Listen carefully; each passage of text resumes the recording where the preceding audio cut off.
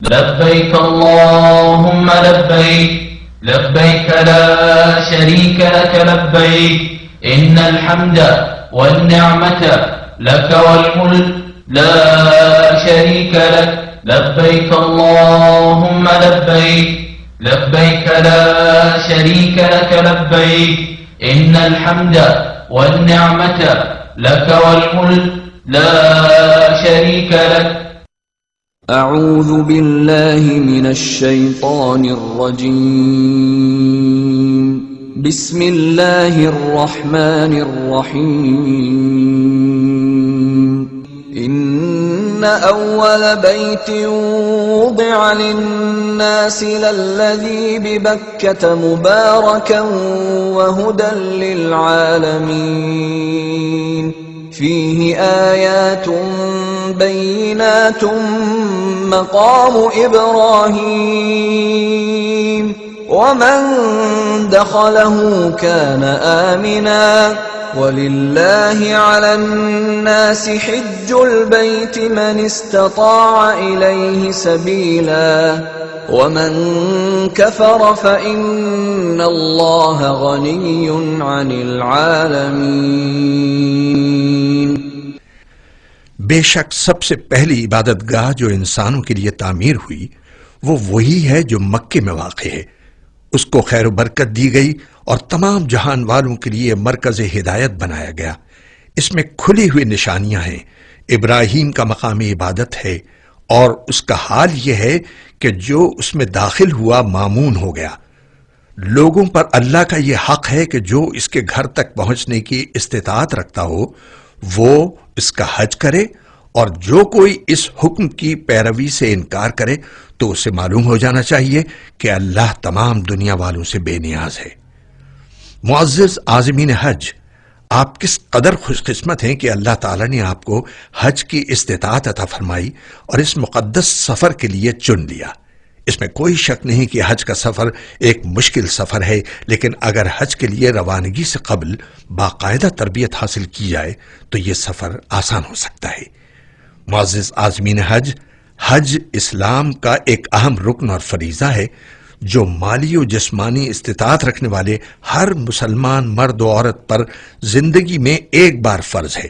حج ایک امتحان ہے.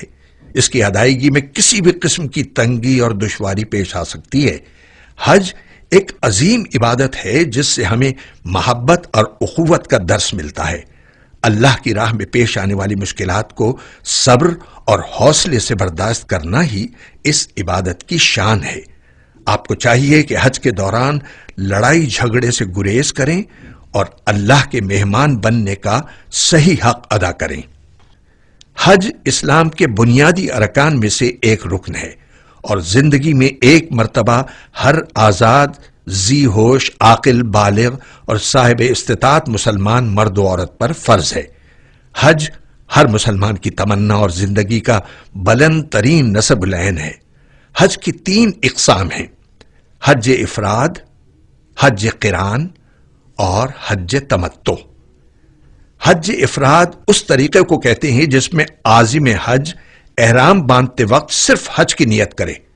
اس دوران عازم حج عمرہ ادا نہیں کر سکتا بلکہ صرف فریضہ حج ہی ادا کر سکتا ہے.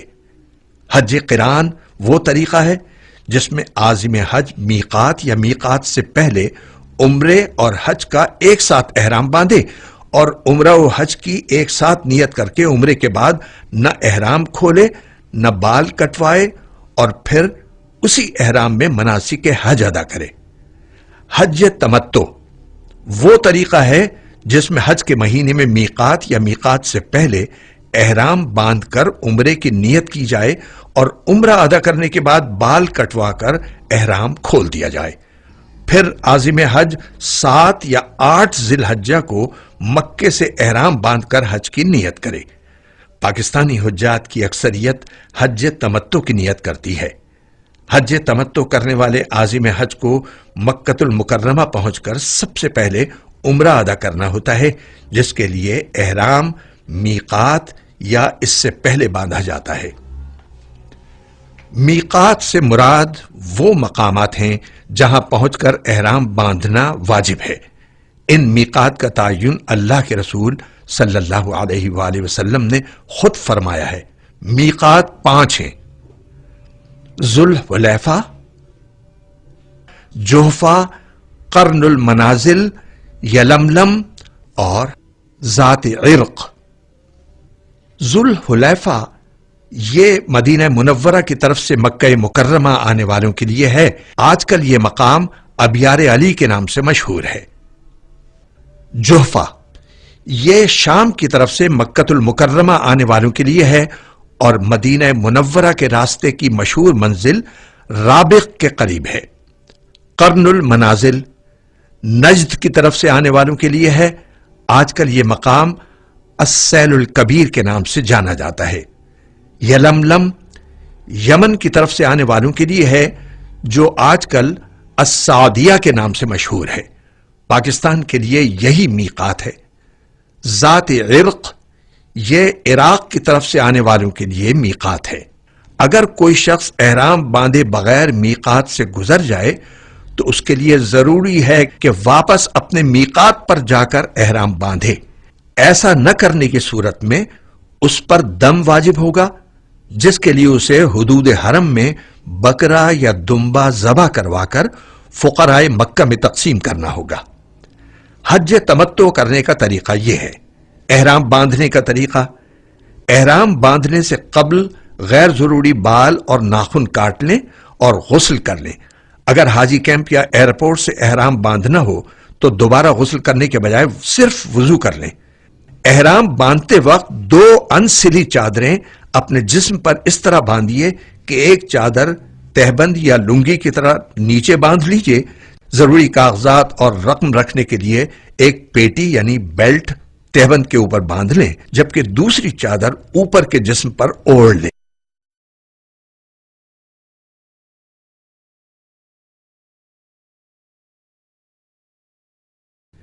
اور پاؤں میں ہوائی چپل یا ایسی سینڈل یا جوتا پہن لیں جس سے پاؤں کی اٹھی ہوئی ہڈی کھلی رہے۔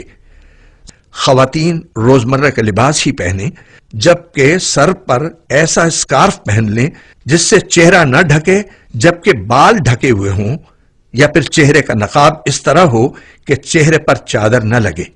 باقی لباس اور جسم کو ڈھانپنے کے لیے عبایا یا برقع استعمال کریں۔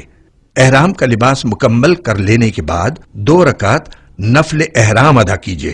ان نوافل کی ادائیگی کے دوران سر ڈھکا رہنا چاہیے۔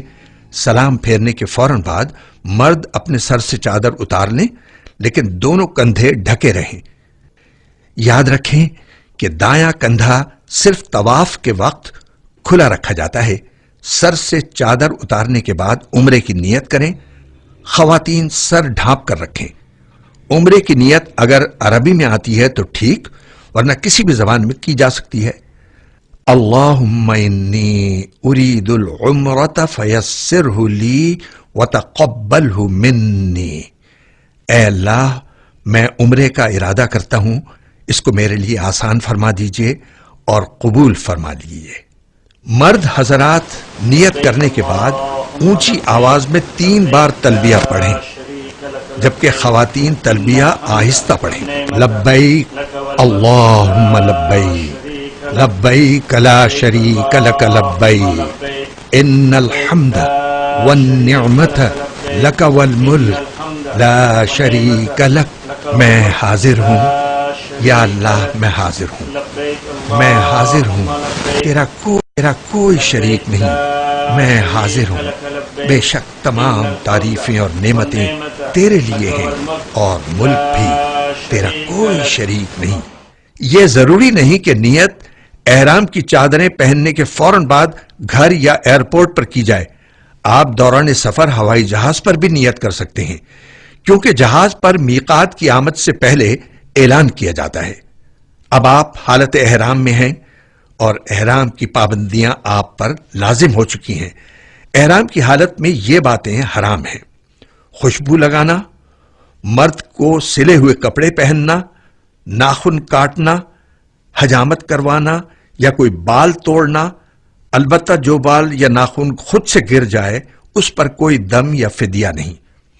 لڑائی جھگڑا کرنا، فحش گفتگو کرنا، درخت یا گھاس کاٹنا، جانور کو ایذا پہنچانا، شکار کرنا، مرد کو سر اور چہرہ ڈھانپنا یا ٹوپی پہننا، عورت کا چہرہ اس طرح ڈھانپنا کہ نقاب یا چادر چہرے کو مس کرے، عورت کا ہاتھوں میں دستانے پہننا، مرد کا پاؤں میں ایسا جوتا پہننا جس سے پاؤں کی ابھری ہوئی ہڈی چھپ جائے، احرام کی حالت میں چشمہ لگانا، انگوٹھی پہننا، گھڑی باندھنا، بیلٹ باندھنا، بیگ لٹکانا اور چھتری اوڑھنا جائز ہے۔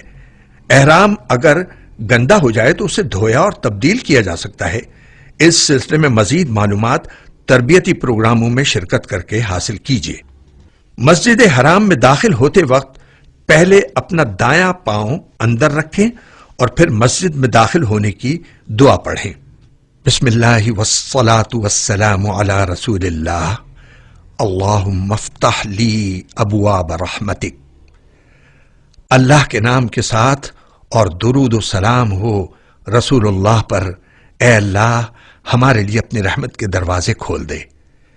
حرم شریف پہنچ کر جب آپ کی نگاہ کعبۃ اللہ پر پڑے تو اپنی نظریں وہیں جما دیں اور یہ پڑھیں، اللہ اکبر، اللہ اکبر، اللہ اکبر، لا الہ الا اللہ واللہ اکبر۔ اللہ سب سے بڑا ہے، اللہ سب سے بڑا ہے، اللہ سب سے بڑا ہے، اللہ کے سوا کوئی معبود نہیں اور اللہ سب سے بڑا ہے۔ اس کے بعد یہ دعا پڑھیں،